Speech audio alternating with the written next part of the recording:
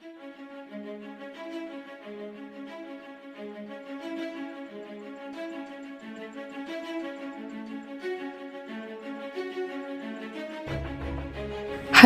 bin Abdul Muthalib adalah sahabat sekaligus paman Nabi Shallallahu Alaihi Wasallam. Walau sebagai paman, Hamzah seusia lebih kurang sama dengan beliau. Bahkan, ia juga saudara sesusu Nabi Shallallahu Alaihi Wasallam. Sama-sama dipelihara dan disusui oleh Halimah As-Sa'diyah. Bahkan sebelum dibawa kepada Bani Sa'ad bin Bakri, kabilahnya Halimah As-Sa'diyah, keduanya pernah disusui oleh Suwaibah, salah satu sahaya Abu Lahab yang saat itu sedang menyusui anaknya, Masruh. Mereka berdua juga teman sepermainan dan tumbuh dewasa bersama-sama.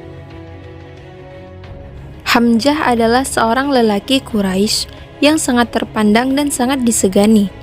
Ia sangat menjunjung tinggi harga diri dan kehormatan keluarganya. Ia mempunyai kegemaran hobi berburu, dan hal itu membuat dirinya makin ditakuti oleh orang-orang Quraisy lainnya.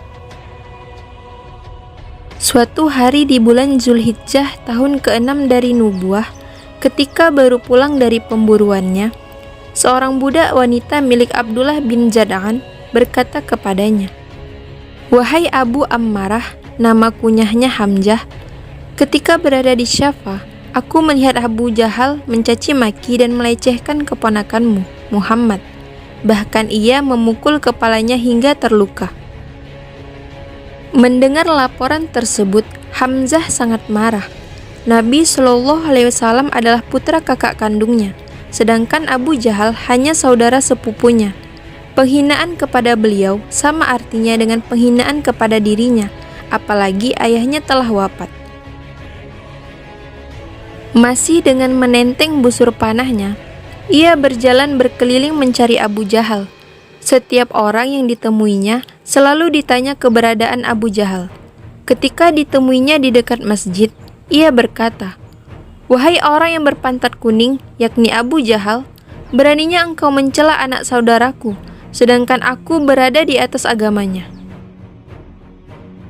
Setelah itu Hamzah memukul kepala Abu Jahal dengan busur panah yang dipegangnya hingga luka menganga. Orang-orang Bani Makhzum, kabilahnya Abu Jahal, berdiri ingin melakukan perlawanan, dan orang-orang Bani Hashim, kabilahnya Hamzah, dan Nabi Shallallahu Alaihi Wasallam juga segera berdiri di belakang Hamzah. Kalau dibiarkan mungkin bisa terjadi perang saudara saat itu. Tetapi Abu Jahal berkata kepada kaumnya, "Biarkan saja Abu Ammarah, karena aku memang telah mencaci maki anak saudaranya dengan cacian yang sangat menyakitkan." Mungkin apa yang dikatakan Hamzah bahwa ia berada di atas agama Nabi Shallallahu Alaihi Wasallam adalah hanya ungkapan kemarahan dan perasaan harga dirinya yang tersinggung.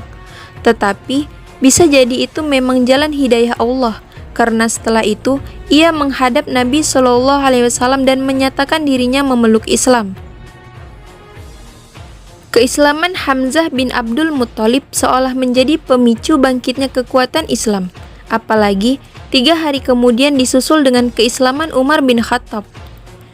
Atas inisiatif Umar, kaum muslimin yang selama ini beribadah dan berdakwah dengan sembunyi-sembunyi, jadi berani melakukannya dengan terang-terangan.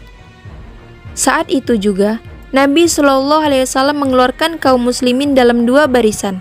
Barisan pertama dipimpin oleh Hamzah dan barisan kedua dipimpin Umar. Mereka berjalan menuju Baitullah dengan menggemakan tasbih, tahmid, tahlil, dan takbir. Kemudian berkumpul di dekat Ka'bah. Kaum kafir Quraisy hanya bisa memandang tanpa berani berbuat apa-apa. Ketika perang Badar mulai pecah, seorang lelaki perkasa dari Quraisy, Aswad bin Abdul Asad al-Makhzumi, sesumbar akan menghabisi kaum muslimin. Maka Hamzah maju menghadapi orang sombong tersebut dan dengan mudah membunuhnya.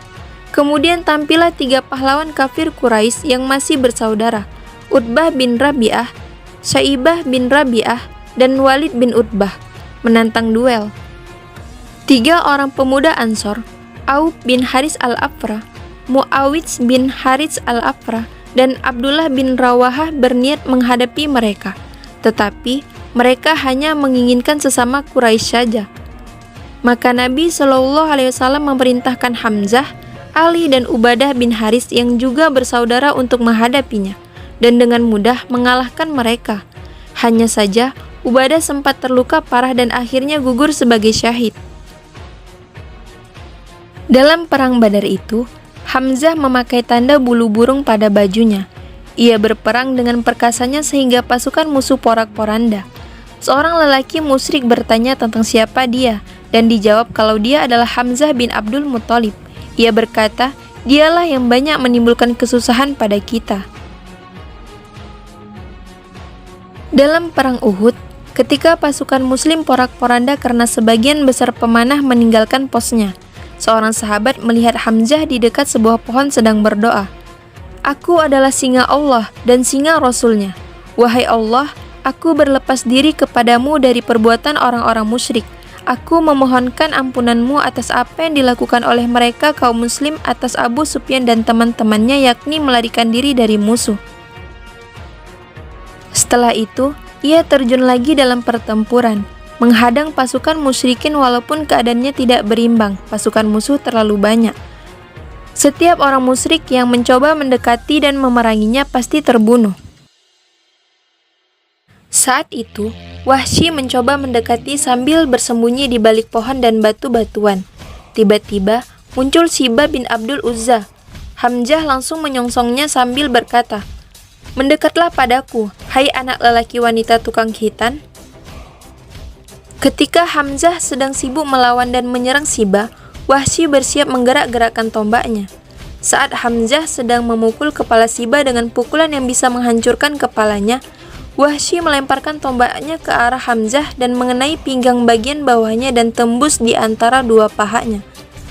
Hamzah mencoba mengejarnya tetapi jatuh dan syahid seketika. Wahsy mengambil tombaknya, mencabutnya dari tubuh Hamzah dan kembali ke kemahnya sambil menunggu peperangan usai. Ia memang tidak punya kepentingan dengan pertempuran itu. Niatnya membunuh Hamzah hanya untuk memerdekakan dirinya dari perbudakan dan juga hadiah yang dijanjikan oleh Hindun binti Utbah. Usai perang, Nabi Shallallahu Alaihi Wasallam mencari jenazah Hamzah, dan sahabat yang melihat Hamzah tadi mengantar beliau ke dekat pohon di mana Hamzah berdoa. Ketika melihat jenazahnya yang ditoreh, diiris, bahkan dirusak itu, beliau menahan napasnya sehingga tersengal-sengal, dan beliau bersabda, "Kafanilah jenazahnya." Bangkitlah seorang lelaki Ansor dan memberikan pakaiannya untuk dibuat kafan jenazah Hamzah. Kemudian Nabi Shallallahu Alaihi Wasallam bersabda, "Penghulu para syuhada di sisi Allah pada hari kiamat adalah Hamzah."